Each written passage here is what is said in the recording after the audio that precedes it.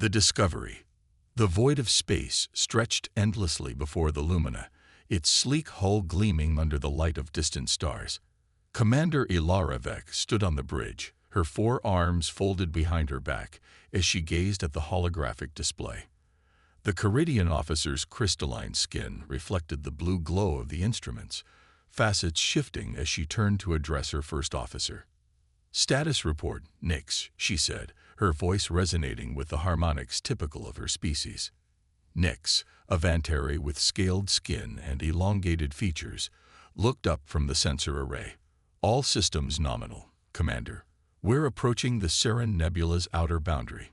Uncharted territory, as ordered by Concordat Command." The Galactic Concordat, a union of 17 spacefaring species, had tasked the Lumina with mapping the unexplored regions beyond the nebula. 200 crew members representing 12 different species worked in perfect synchrony, a testament to the Concordat's founding principles of cooperation and shared knowledge. "Commander," the urgent voice of Trin, the Methi sensor operator, cut through the calm atmosphere of the bridge. "I'm detecting an anomalous object at coordinates 227 to 8904. Ilara moved swiftly to the sensor station. "Define anomalous, Trin." The small, rodent-like Methi's whiskers twitched with excitement. "It's a vessel, Commander. Approximately 800 meters in length. No known configuration in our database. And..." Trin paused, eyes widening. "It's ancient. Preliminary scans suggest it's been adrift for at least 5,000 standard years." A hush fell over the bridge. Discoveries of this magnitude were rare, even for exploratory vessels. "Set an intercept course," Ilara ordered. "Full sensor sweep, and alert Dr. Zorax. I want her expertise when we investigate this vessel." Hours later, the Lumina hovered beside the derelict ship. The unknown vessel was massive, its dark hull marred by micrometeoroid impacts and cosmic radiation. Despite its age, the structural integrity remained largely intact, a marvel of engineering that surpassed current Concordat technology. Ilara led the away team personally. Alongside her were Dr. Zorax, the ship's fill-in xenorchaeologist, Cade, a Tyrillian security officer, and Vertex, an omni-synthetic specialized in ancient technology. Their shuttle docked with the derelict through a universal airlock adapter. "Environmental readings," Ilara asked as they prepared to enter. "Atmosphere is thin but present," Vertex replied, their luminous form pulsing with calculations. "Temperature at -30 degrees. No detectable pathogens or harmful radiation." With environment suits secured, the team entered the ancient vessel. Their lights cut through millennia of darkness, revealing corridors and chambers of astonishing design. The architecture was unlike anything recorded in Concordat archives, elegant yet practical, with curved walls housing technology that defied immediate analysis. "This craftsmanship," Dr. Zorax whispered, her feathered crest rising in excitement. "The precision is remarkable. No known species in Concordat records built ships like this." Cade, ever vigilant, kept his neural disruptor ready. "The question is, who did?" They progressed deeper into the ship, discovering living quarters, recreational spaces, and scientific laboratories. Everything pointed to a species with remarkable similarity to several Concordat races, yet distinctly different. "Commander," Vertex called from ahead. "I've located what appears to be the bridge." The command center was circular, with workstations arranged around a central platform. Most impressive was the perfect preservation, as though the crew had simply stepped away moments before. Dr. Zorax approached a chair sized for a bipedal being. "These seats, they're designed for creatures similar to Vantari, but with different proportions." She studied markings on nearby panels. "And these symbols, I've seen something like them before, in ancient texts." Ilara felt a chill that had nothing to do with the cold. "What texts, Doctor?" Zorax turned, her eyes wide. "The mythic chronicles." "Commander, I believe this ship belonged to humans." The statement hung in the air, absurd yet compelling. Humans, the legendary species that appeared in the folklore of dozens of civilizations. Tales describe them as adaptable, innovative, and terrifyingly resilient. Some stories painted them as benevolent teachers, others as unstoppable conquerors. Yet all agreed on one thing: humans were myths, cautionary tales told to explain mysterious artifacts or inspire young scientists. "That's impossible," Cade scoffed. "Humans are stories invented to explain technological anomalies throughout history." "Perhaps not," Vertex interjected, their voice modulated with unusual emotion. "Look at this." The synthetic had activated a preservation chamber. Inside lay the remains of a bipedal being, perfectly preserved in some unknown medium. The creature had no scales, feathers, or crystalline features. Instead, its body was covered with a thin layer of hair, with concentrations on the head. The facial features were balanced and symmetrical, with forward-facing eyes. "By the first stars," Ilara breathed. "It matches every description in the legends." Dr. Zorax was already scanning the specimen. "The genetic structure is unlike anything in our database, yet shows evolutionary patterns that could have developed on any of a dozen worlds." "Commander," Vertex called again, their form brightening with urgency. "I've discovered an intact computational system. It appears to be in a dormant state, but potentially functional." The team gathered around what looked like a central console. Vertex interfaced with the alien technology, streams of light connecting their form to the ancient systems. "The architecture is sophisticated but comprehensible," the synthetic reported. "I believe I can."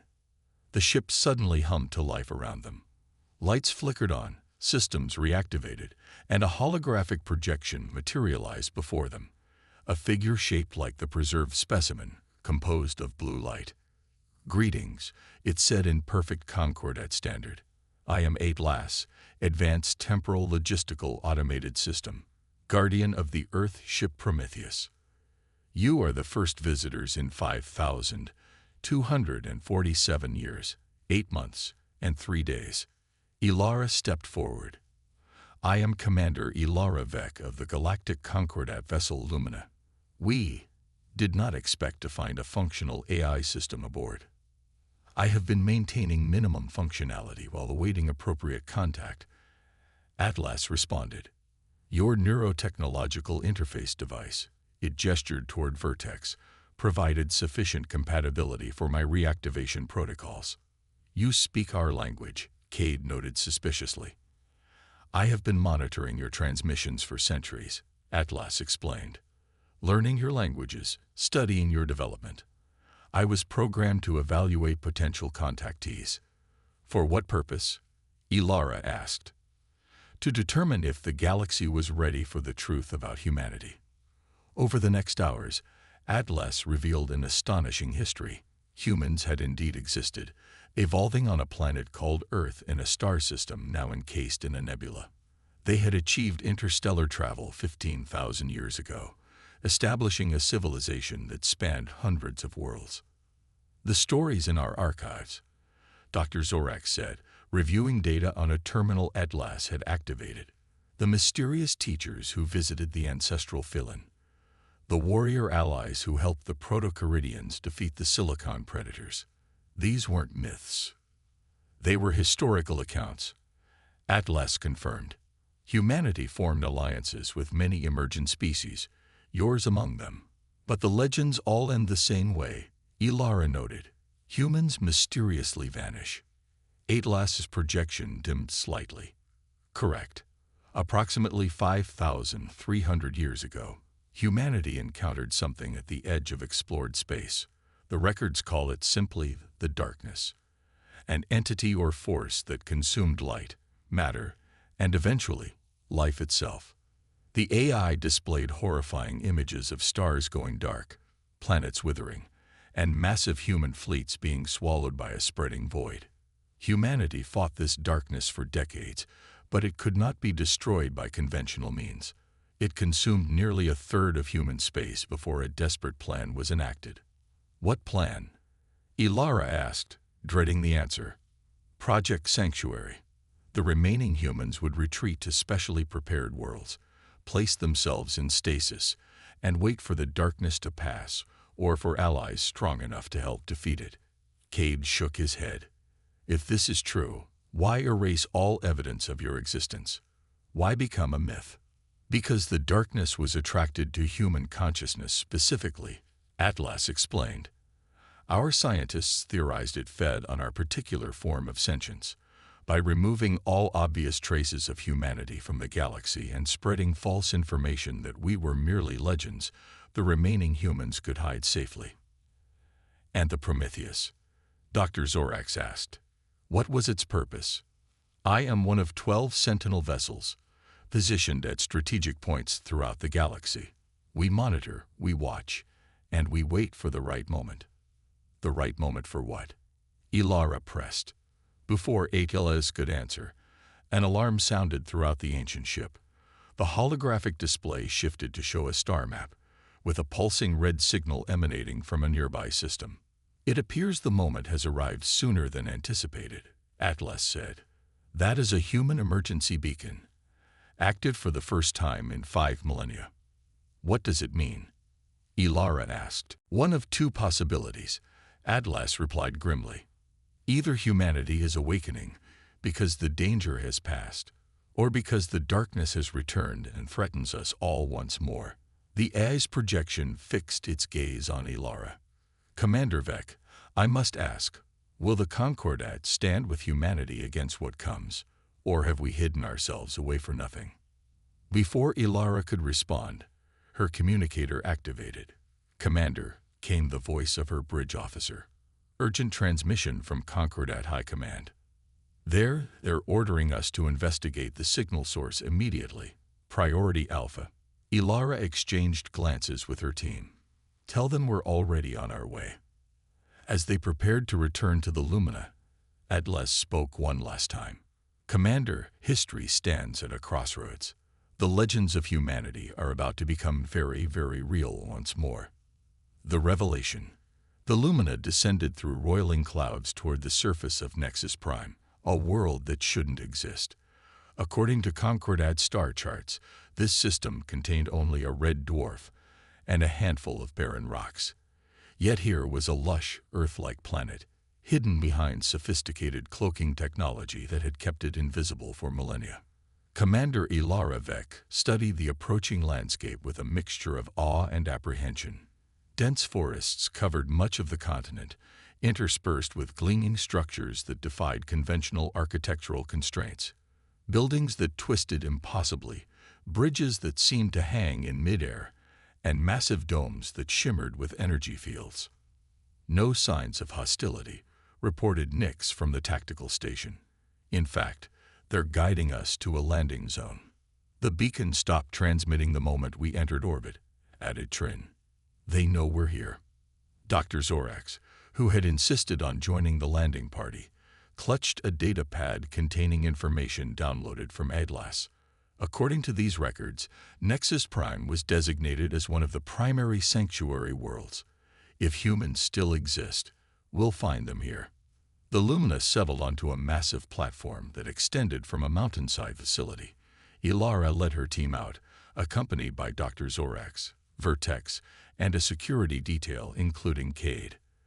They were met by silence.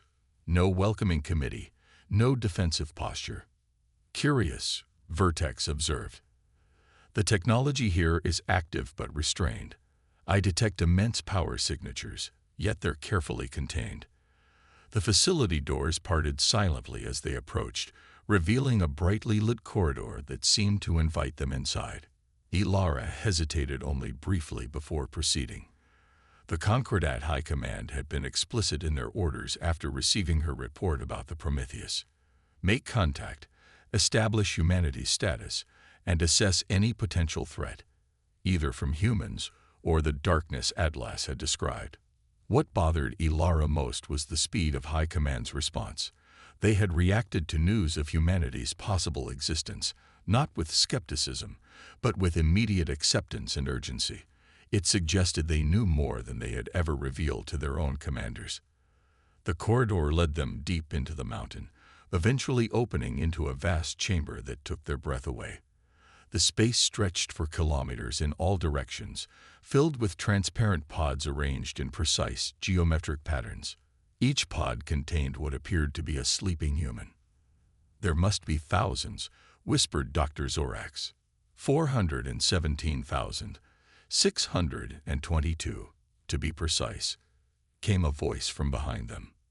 They turned to find a group of humans approaching. 5 individuals of varying appearances, all wearing simple white garments. The one who had spoken was a tall, dark-skinned female with close-cropped white hair. "I am Director Immerse of Nexus Prime Sanctuary," she continued, her voice carrying a melodic quality that seemed to resonate on multiple frequencies. "We've been expecting you for a very long time, Commander Vec." Ilara's crystalline skin flashed with surprise. "You know who I am." Immerse smiled. "We've been monitoring the development of the Concordat since its inception. Your assignment to the Lumina was of particular interest to us, given your family's history." Before Ilara could question this cryptic statement, another human stepped forward. A lighter-skinned male with unusual gray eyes. "Forgive the director's fondness for dramatic reveals. I'm Dr. Marcus Chen, Chief Scientist. We activated the beacon because time is running short." "Short for what?" Cade demanded, his hand instinctively moving toward his weapon. "For preparation," Marcus replied gravely. "The darkness that drove humanity into hiding has begun to stir again. We detected its first awakening 3 standard years ago, at the edge of what you call the Void Expanse." Ilara felt ice in her veins. The Void Expanse, a region of dead stars and lifeless planets that the Concordat had quarantined after several exploration vessels disappeared there without explanation. "We should continue this discussion in the council chamber," Immerse suggested. "There is much to explain and little time to waste." They were led through the facility to a circular room where holographic displays showed star systems, energy readings, and data streams too complex for Ilara to interpret. Here, more awake humans worked at various stations, all pausing briefly to observe the visitors with evident curiosity. "To address your most pressing questions," Imara began once they were seated, "yes, humanity has survived. While the majority of our population remains in stasis, approximately 10,000 of us maintain active rotation shifts, monitoring galactic events and maintaining our technology." "Why reveal yourselves now?" Dr. Zorax asked, "after so carefully becoming myths." Marcus activated a central display showing a spreading darkness at the galaxy's edge. "Because this is no longer just humanity's fight. The darkness has evolved, as we feared it might. It no longer targets human consciousness specifically. It now consumes all sentient energy patterns." In simpler terms, added a third human, an older female introduced as Security Director Helena Vos, it's learned to feed on any intelligent species. The Concordat, the fringe collectives, the hegemony, all are at risk. "You've been watching us all this time," Ilara stated. "Why not share your technology? Help advance our civilizations?" Imara exchanged glances with her colleagues. "A fair question. The truth is complicated, but part of it relates to your commander, Ilara Vec." The holographic display shifted to show an ancient image, a Caridian standing alongside a group of humans. The resemblance to Ilara was unmistakable. "This is Sentinel Terras Vec, taken 15,241 years ago," Imara explained. "He was among the first non-humans to ally with Earth and helped establish the protection protocols that eventually became necessary for our species' survival." Ilara stared at the image of her ancestor, a figure mentioned in family histories, but always considered semi-mythical. "You're saying my family has known about humanity all along?"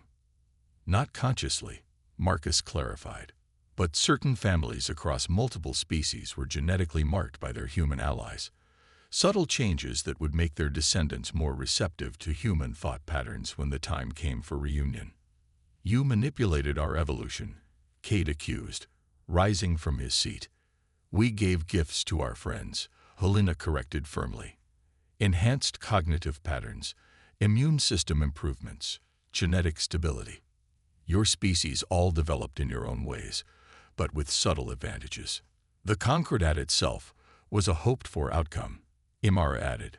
Before going into hiding, humanity seeded ideas of cooperation and unified governance among our closest allies, hoping that when we returned, we would find a galaxy prepared to stand together. The implications were staggering. The Concordat's founding principles, the technological compatibility between member species, even certain philosophical concepts that formed the backbone of their society, all might have been influenced by humanity's invisible hand. "Why should we trust you?" Ilara asked, her voice steady despite her inner turmoil. "You've manipulated our development from the shadows for millennia." "Because we need each other," Marcus said simply. "The technology to fight the darkness exists, but it requires resources spread across the galaxy. And more importantly, it requires diversity of consciousness, different species thinking in different ways about the same problem." Imara approached Ilara directly. "Humanity alone failed to defeat the darkness. We believe that was because we thought too similarly, despite our cultural differences. But a true galactic alliance, with dozens of unique evolutionary perspectives." "You're asking for an alliance," Ilara realized. "We're asking to fulfill the alliance that always existed," Imara corrected, "to re-establish the connections that were temporarily severed for our mutual protection." A distant alarm sounded, and one of the humans at a monitoring station called out, "Director, darkness activity spiking in Sector 87. 3 more systems showing initial consumption patterns." Imara's expression grew grim. "It's accelerating faster than we projected. We need to begin awakening the specialist divisions immediately." She turned back to Ilara. "Commander, I don't expect you to trust us completely yet, but I ask that you take what you've learned back to your high command, along with this." She handed Ilara a small crystalline device. "It contains detailed information on the darkness, our history with your species, and the technologies we're prepared to share." "The High Command already suspects much of this," Ilara said, realizing the truth as she spoke. "That's why they responded so quickly to my report." Helena nodded. "Certain leaders have been prepared over generations to recognize signs of humanity's return. They won't be entirely surprised." Vertex, who had been quietly analyzing the facility's systems throughout the conversation, suddenly spoke. "Commander, I've been granted access to their defensive networks. The technology is extraordinary, centuries beyond Concordat capabilities." "Consider it a gesture of good faith," Marcus said. "You've seen our capabilities. If we intended harm, we could have taken control of your ship the moment it entered orbit." Ilara knew her duty was clear. "I'll deliver your message and data. But be warned, not everyone in the Concordat will welcome the return of a species powerful enough to manipulate our entire history." "We expect resistance," Imara acknowledged. "Fear is natural when confronting both a returning legend and an existential threat. But remember, Commander, humans don't just represent advanced technology. We represent an idea that once united dozens of species, that together we are greater than the sum of our parts." As if to emphasize her point, the facility lights dimmed momentarily, then returned brighter than before. Throughout the vast chamber, stasis pods began to activate one by one. Humans were awakening. "The recall has begun," Helena explained. "Within weeks, the first 1,000,000 humans will return to active status. Within months, billions." "And the darkness?" Ilara asked. "We'll know we've returned," Immerse said. "The real question is whether the galaxy will stand with us when it comes for us all." 3 days later, the Lumina departed Nexus Prime, carrying evidence that would forever change the Concordat. As the ship accelerated toward the nearest relay point, Ilara stood alone in her quarters, reviewing the historical records Imara had provided. She found herself lingering on images of humanity's earliest alliances: Caridians, Philins, Vantari, and a dozen other species standing alongside the supposedly mythical humans. not as subordinates or conquerors, but as equals, partners. Her communicator chimed with a priority message from Concordat High Command. Retuaren IM88 Eli. Full KUNCL assembly CALOT. First contact protocols INITI. Ilara smiled faintly. First contact, as though humanity were newcomers to the galactic stage, rather than its hidden architects. The irony wasn't lost on her. Commander to bridge, she said into the communicator. Maximum speed to the central worlds. History is waiting for us. As the Lumina jumped to faster-than-light travel, Ilara couldn't help but wonder what the galaxy would look like in a year's time. Humanity, a species that had deliberately transformed itself into legend, was about to step back into the light, and with them came both the promise of unprecedented advancement and the shadow of a threat beyond comprehension. The myth had become reality. The rest would soon be written.